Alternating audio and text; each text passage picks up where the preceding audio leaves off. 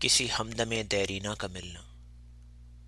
جون سن 2024 کے ابتدائی دنوں میں میرے انتہائی پیچیدہ قسم کے تمام طبی ٹیسٹ مکمل ہو گئے، اور ان کا لب لباب یہ تھا کہ سوائے میرے پھیپھڑوں کے میرے باقی تمام اعضاء مکمل طور پر تندرست اور توانا ہیں، اور وہ لوگ مجھے آپریشن لسٹ میں رکھنے ہی والے ہیں۔ تو میں نے سوچا کہ آپریشن کروانے سے پہلے میں 1 مہینے کے لیے پاکستان کا چکر لگا آتا ہوں، اور یہ کام جان ہتھیلی پر رکھ کر سر انجام دیا۔ واپسی سے 4-5 روز پہلے جنرل میلہ سے ذکر کیا کہ میں اپنے فلائٹ سے 1 روز پہلے لاہور آ رہا ہوں۔ انہوں نے اسکول کے زمانے کے دوستوں کو ایک ساتھ اکٹھا کرنے کی نوید سنائی۔ جو سوچتا ہوں وہی بات ہونے لگتی ہے، جڑا ہوا ہے زمانہ میرے گمان کے ساتھ۔ اور پھر 10 جولائی سن 2024 کی شام کو ہم پورے 9 عدد ماڈیلین میرے بھانجے عمر جاوید گھمن کے گھر پورے 60 سال کے بعد ایک ساتھ اکٹھے ہوئے، اور یہ کسی معجزے سے کم نہیں تھا کہ ان میں سے 4 لوگ ہاسٹل کے 4 ڈارمیٹریز کے 1 سال پریفیکٹ رہے۔ اور یہ قصہ ہے سن 1966 کا۔ شیخ اسلم، سلیم میلہ، مظہر ہوتیانہ اور ظہیر گھمن۔ میرا دماغ 1966 کی طرف دوڑ رہا تھا، دوڑ سینٹرل ماڈل کی طرف۔ اے گردش ایام تو ہم کو تجھ سے الفت دیرینہ ہے، یہ جان لے اے پیارے اسکول تو۔ جب کبھی میرا کوئی بچہ اچھا کام کرتا تو میں اسے کہتا کہ آج تم نے میرا 1 پاؤ خون بڑھا دیا ہے۔ 10 جولائی کو میرے دیرینہ ہمدموں نے میرا 2 سیر خون بڑھا دیا۔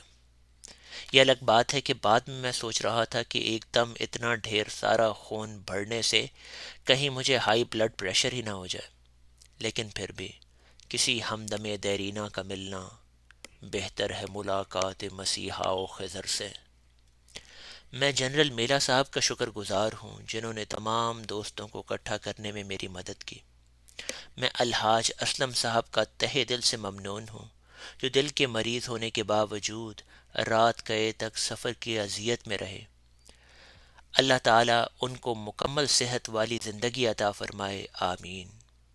میں چودھری الیاس صاحب کا مرید کے سے تشریف لانے پر احسان مند ہوں۔ مجھے مظہر محمود ہوتیانہ صاحب کے آنے کی ازحد خوشی ہے۔ اللہ تعالیٰ آپ کو خوش و خرم رکھے۔ بڑے بھائی جلیل میلہ صاحب کو دیکھ کر مجھے سلیم اظہر ننگیانہ بھی یاد آ گئے۔ آپ دونوں کی بڑی پکی دوستی تھی، اور آپ دونوں کی فرینکنیس بھی اخیر تھی۔ بھائی بچ اور ذلیل میلہ جیسے القابات سے ایک دوسرے کو نوازتے تھے۔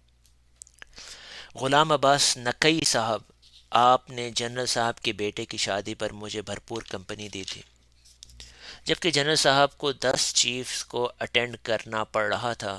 مزید یہاں آنے کے لیے بھی بہت شکر گزار ہوں۔ جناب مختار میلہ صاحب، آپ کا بھی بہت شکریہ۔ آپ کے میجر ہونے کے کا بھی مجھے حالیہ میٹنگ میں علم ہوا۔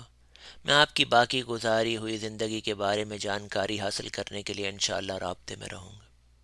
اور جناب خالد میلہ صاحب، بچوں، تمہاری تو آواز ہی اتنی رس بھری ہے کہ جیسے کسی نے کانوں میں شہد ڈال دیا۔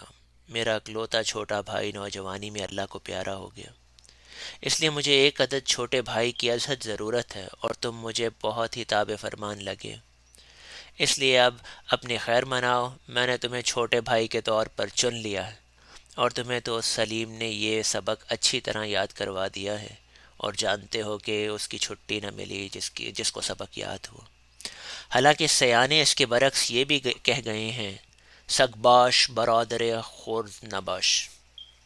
میں جناب ڈاکٹر کیپٹن مجید عارف صاحب کی تشریف آوری کے لیے بے حد شکر گزار ہوں۔ آرمی میس مردان میں گزارے گئے دنوں کو یاد کرتے ہوئے ہم دونوں کو بے حد مزہ آیا۔ اللہ تعالیٰ آپ کو حفظ و امان میں رکھے، آمین۔ جناب غالب علی بندھیشا صاحب، اب کے آنے کی مجھے دگنی خوشی ہے، اب میرے محسن بھی ہے، اور اب سے میری ڈہر رشتہ داری بھی ہے۔ اللہ تعالیٰ آپ کو ہمیشہ اسی طرح نوجوان اور صحت مند اور چاق و چوبند رکھے، آمین۔